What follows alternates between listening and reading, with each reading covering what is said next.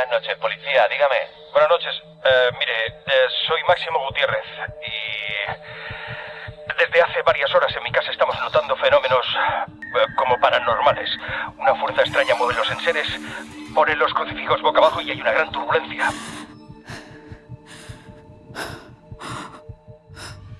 Estefanía jadeó por última vez mientras el frío invadía la habitación y una presencia oscura cruzó el umbral para no irse jamás.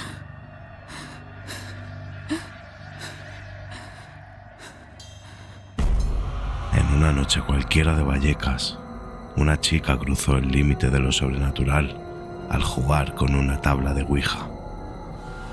Lo que parecía un juego inocente se tornó en tragedia. Esa misma puerta, que parecía ser la entrada a un hogar común, se convirtió en la frontera entre lo desconocido y lo imposible. Lo que comenzó como un juego de Ouija acabó en una desgracia que dejó cicatrices que nunca sanarían. En Serenum Mysteria desvelamos la verdad detrás de uno de los casos paranormales más impactantes de España. Un caso en el que la línea entre la realidad y lo sobrenatural se desvaneció, dejando a una familia atrapada en un misterio que hasta la policía no pudo explicar.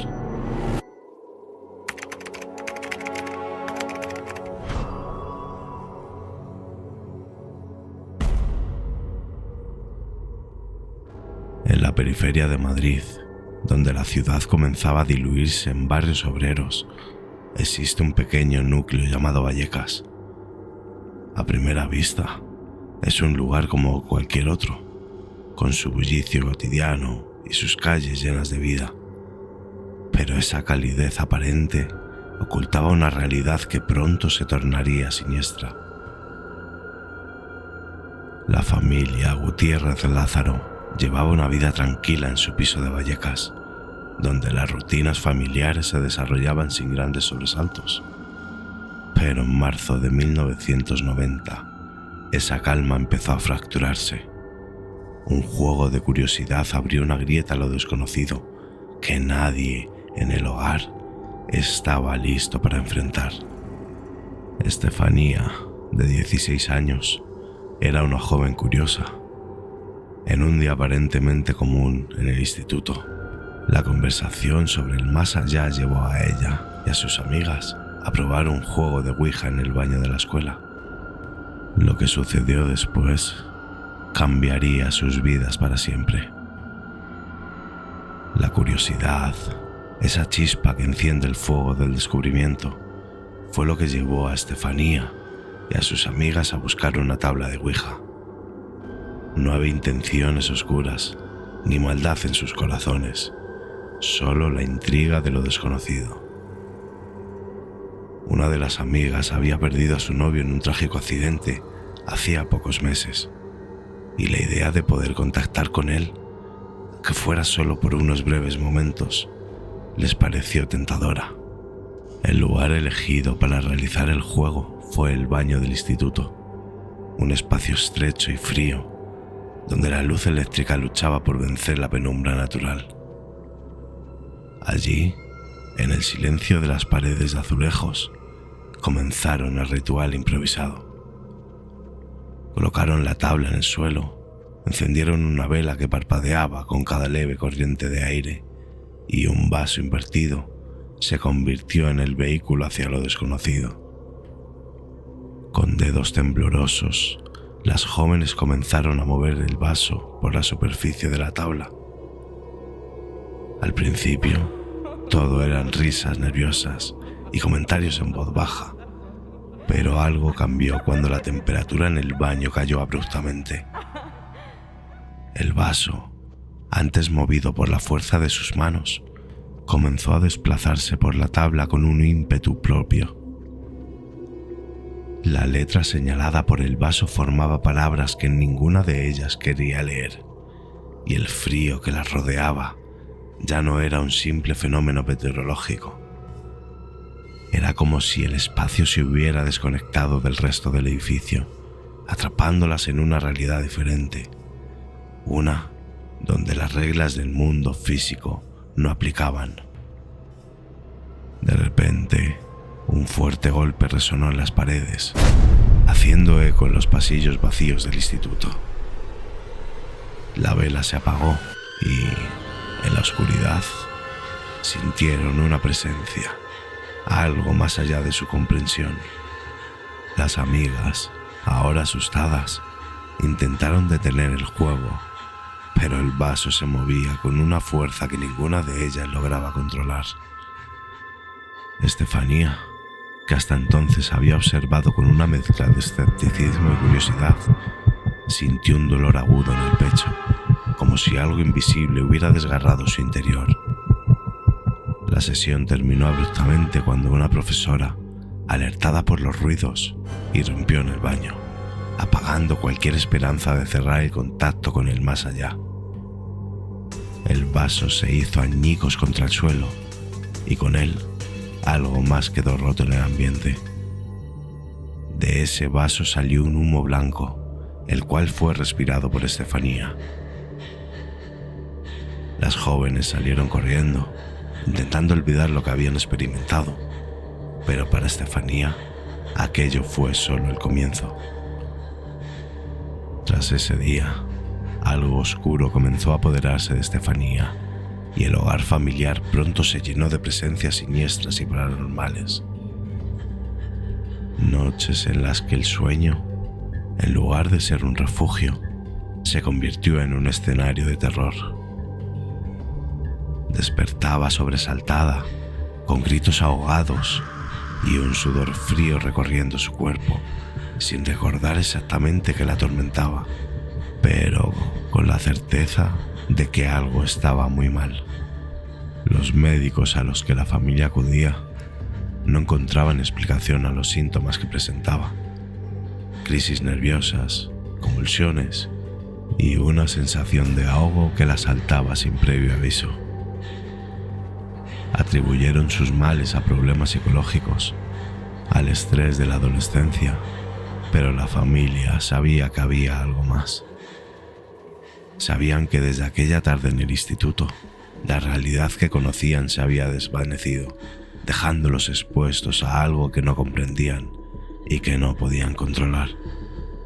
El ambiente en la casa se volvió inquietante.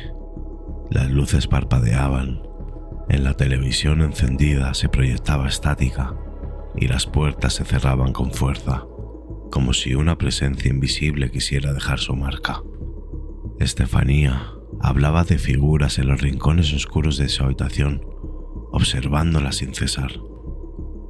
La familia intentaba racionalizar, pero el miedo se apoderó del hogar, volviendo cada rincón una amenaza silenciosa. El punto de no retorno llegó una noche cuando Estefanía, en medio de una crisis, afirmó sentir cómo algo invisible la sujetaba, impidiéndola respirar.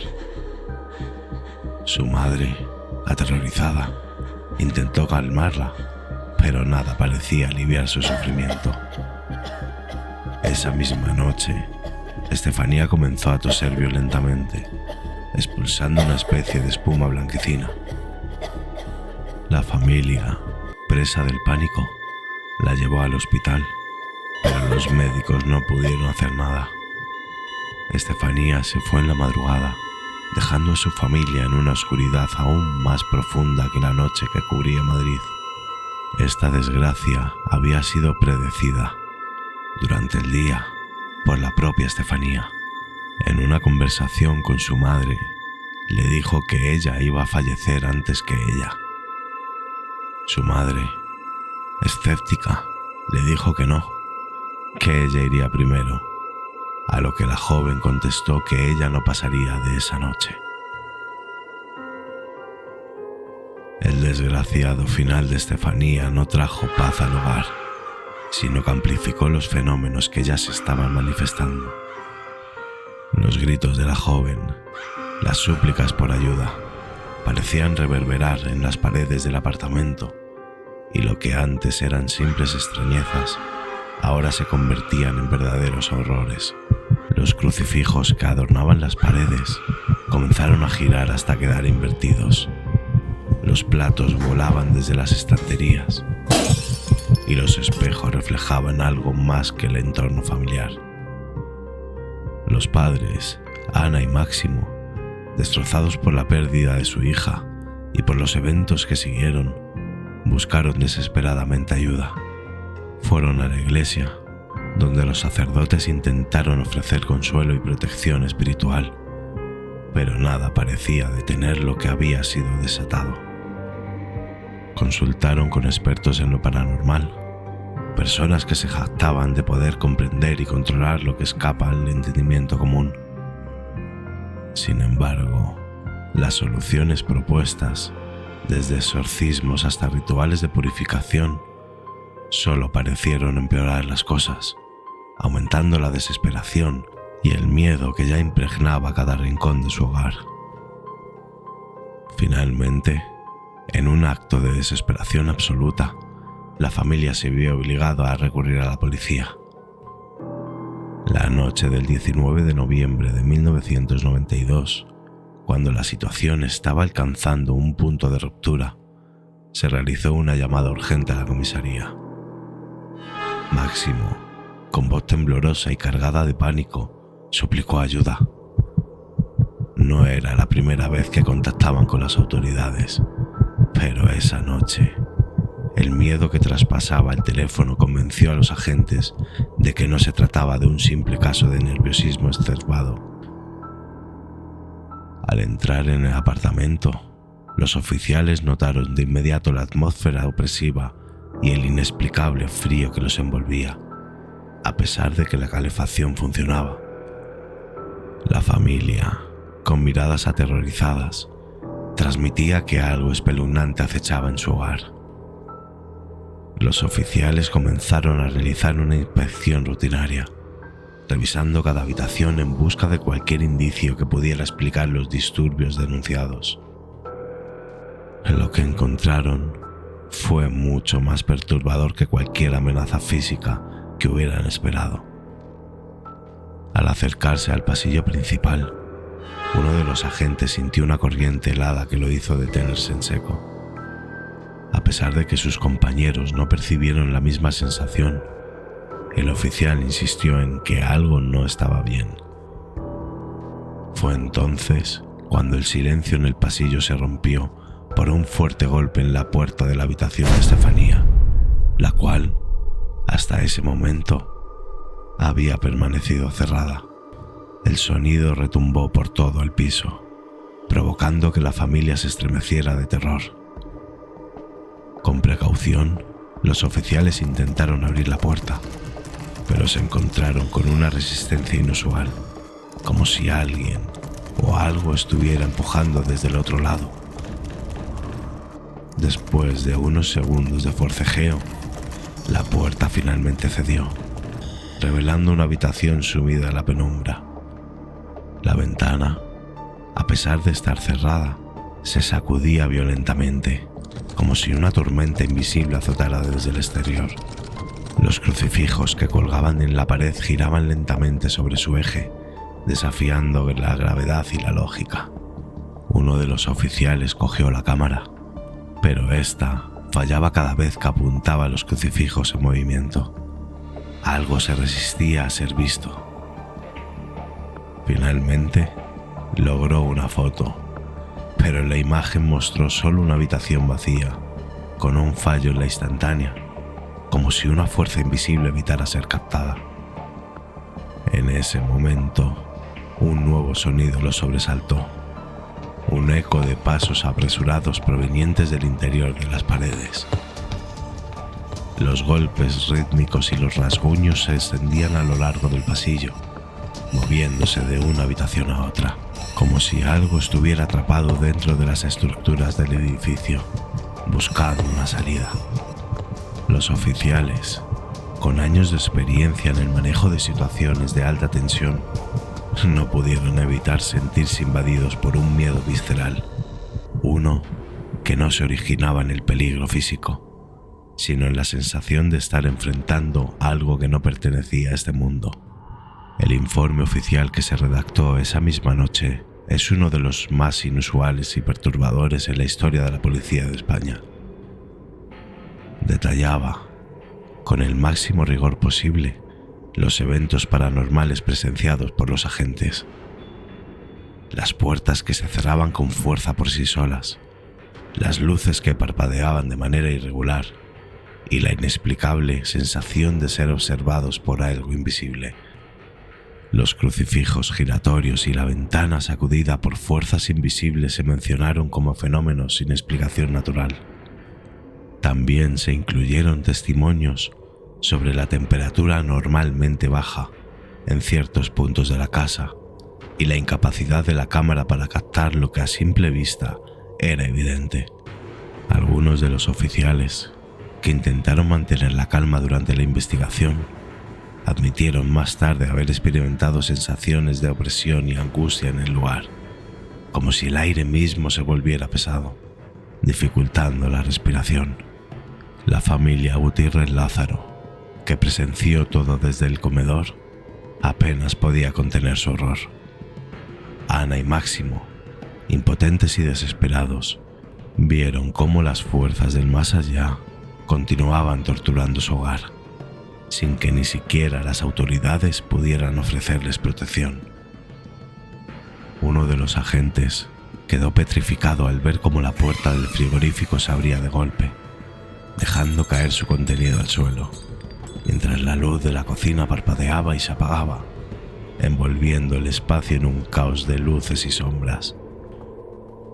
Los agentes, ahora convencidos de que no podían hacer nada más para ayudar a la familia, decidieron abandonar el lugar. Pero no habían dado más que unos pasos hacia la puerta de salida cuando un estruendo ensordecedor resonó en todo el apartamento.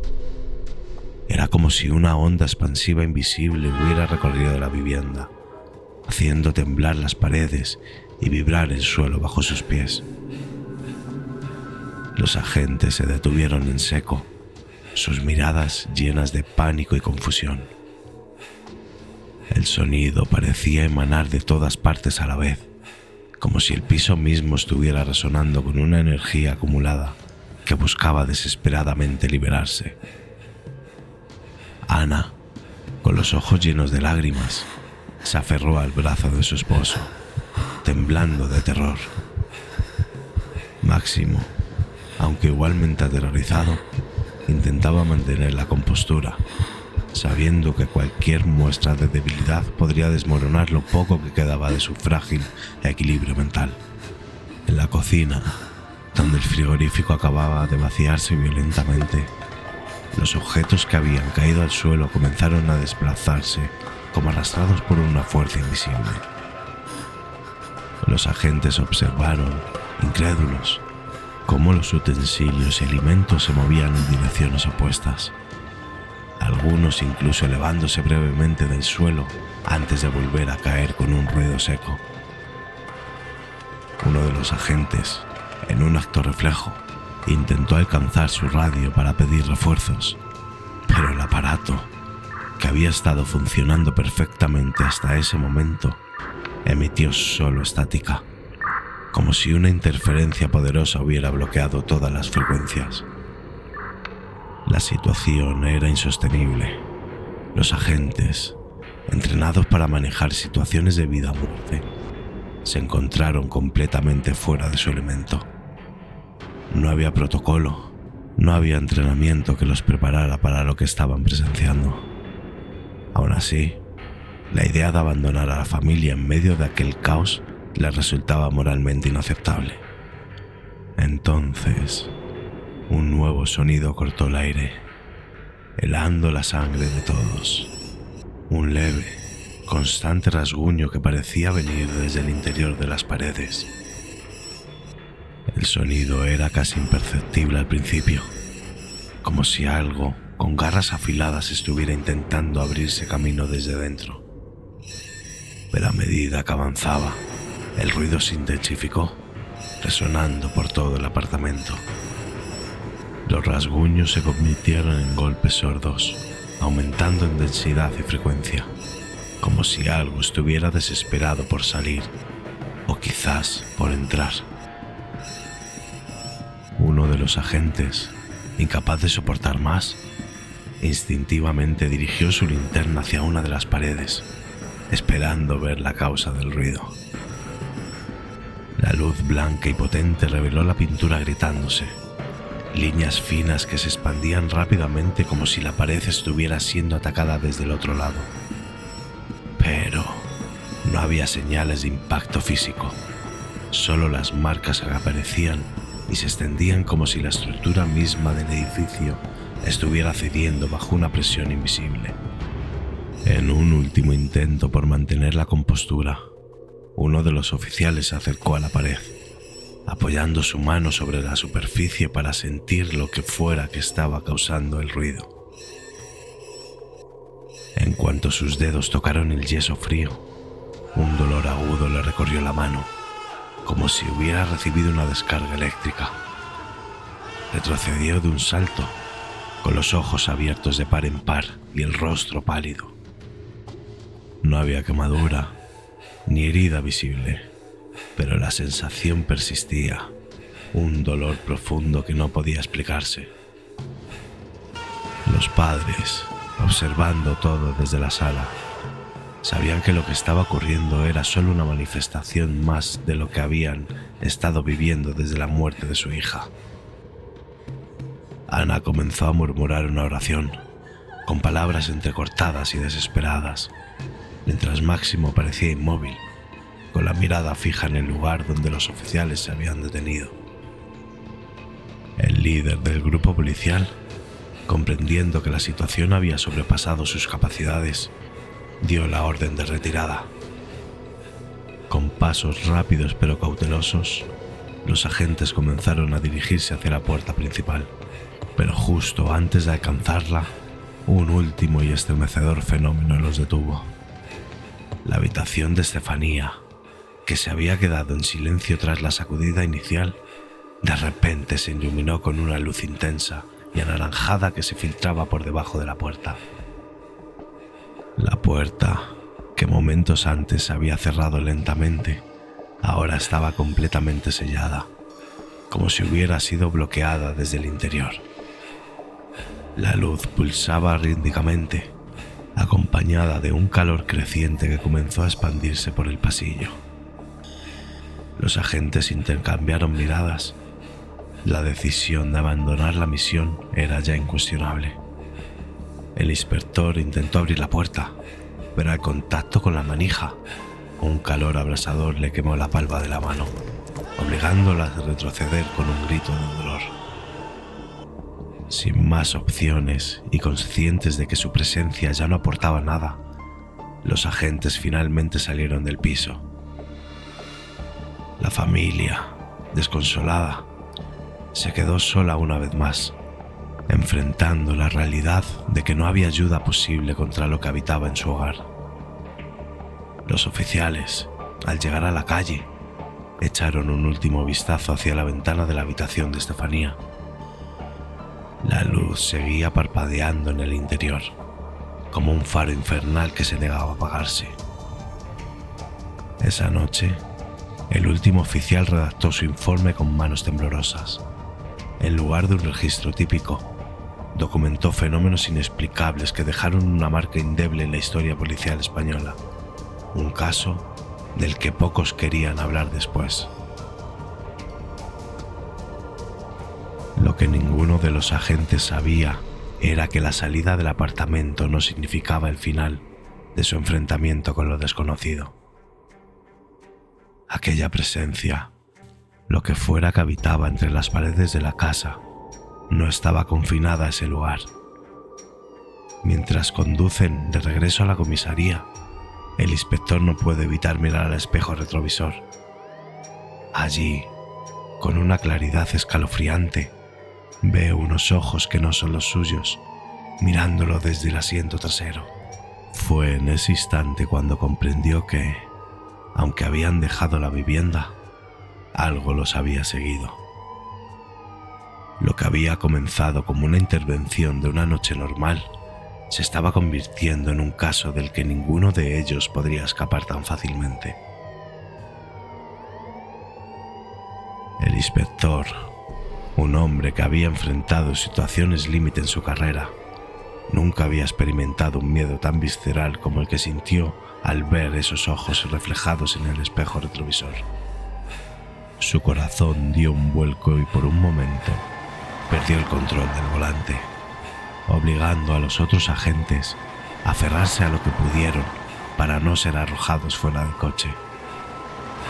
Al recuperar la estabilidad, miró de nuevo, pero los ojos ya no estaban allí. Y sin embargo, el pánico persistía, aferrándose a su mente como una sombra que no se podía sacudir. Los oficiales no hablaron mucho durante el resto del trayecto, cada uno perdido en sus propios pensamientos, tratando de racionalizar lo que habían visto, oído y sentido en ese apartamento maldito. Pero el silencio que reinaba en el coche era más que simple incomodidad. Era un vacío lleno de preguntas sin respuestas. Un espacio donde las palabras no podían capturar la esencia de lo que habían vivido. Al llegar a la comisaría, cada uno de ellos se dirigió a su puesto en silencio, como si un pacto táctico los uniera. No hablarían de lo sucedido, al menos no de inmediato. Pero la sensación de que algo había cambiado, de que algo se había adherido a ellos, no desapareció. Era como si la oscuridad que habían dejado atrás en Vallecas se hubiera extendido, siguiendo sus pasos, invadiendo sus vidas con una malevolencia que no podían comprender. Esa noche, el líder del grupo, cuyo nombre era José, trató de descansar en su hogar, un lugar que hasta entonces había sido un refugio del caos que enfrentaba a diario en las calles. Pero el sueño se negó a llegar.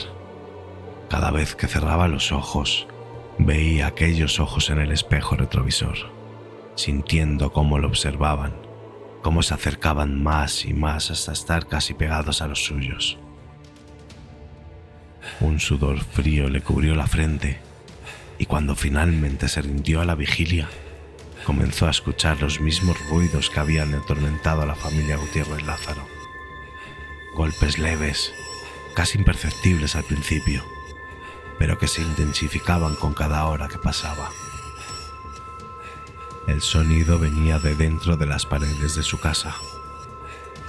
Al principio pensó que era su mente jugándole una mala pasada, el estrés de la noche acumulándose en su subconsciente. Pero cuando los golpes se convirtieron en rasguños y los rasguños en susurros, de los que no podía discernir la palabra, pero sí el tono amenazante, comprendió que lo que había enfrentado en Vallecas no se había quedado allí. Se había unido a él, siguiendo como una sombra que nunca desaparece, un eco de lo que había sido liberado en aquel baño del instituto. El siguiente día en la comisaría fue igualmente sombrío. Los demás agentes del equipo comenzaron a compartir experiencias similares.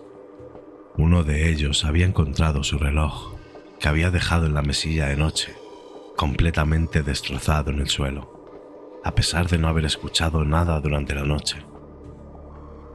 Otro, al despertar, se había encontrado con las puertas de todos los armarios de su cocina abiertas de par en par.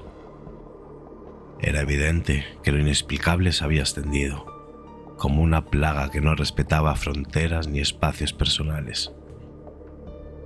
A medida que los días pasaban, las manifestaciones se intensificaron. José, que hasta entonces había sido un escéptico, se encontró atrapado en una espiral descendente de terror. Los ojos que había visto en el espejo retrovisor comenzaron a aparecer en todos los reflejos, en los espejos de su casa, en las ventanas cuando la noche caía, e incluso en las pantallas apagadas en los dispositivos electrónicos. Siempre estaban allí, observando, acechando, como si esperaran el momento adecuado para revelarse por completo.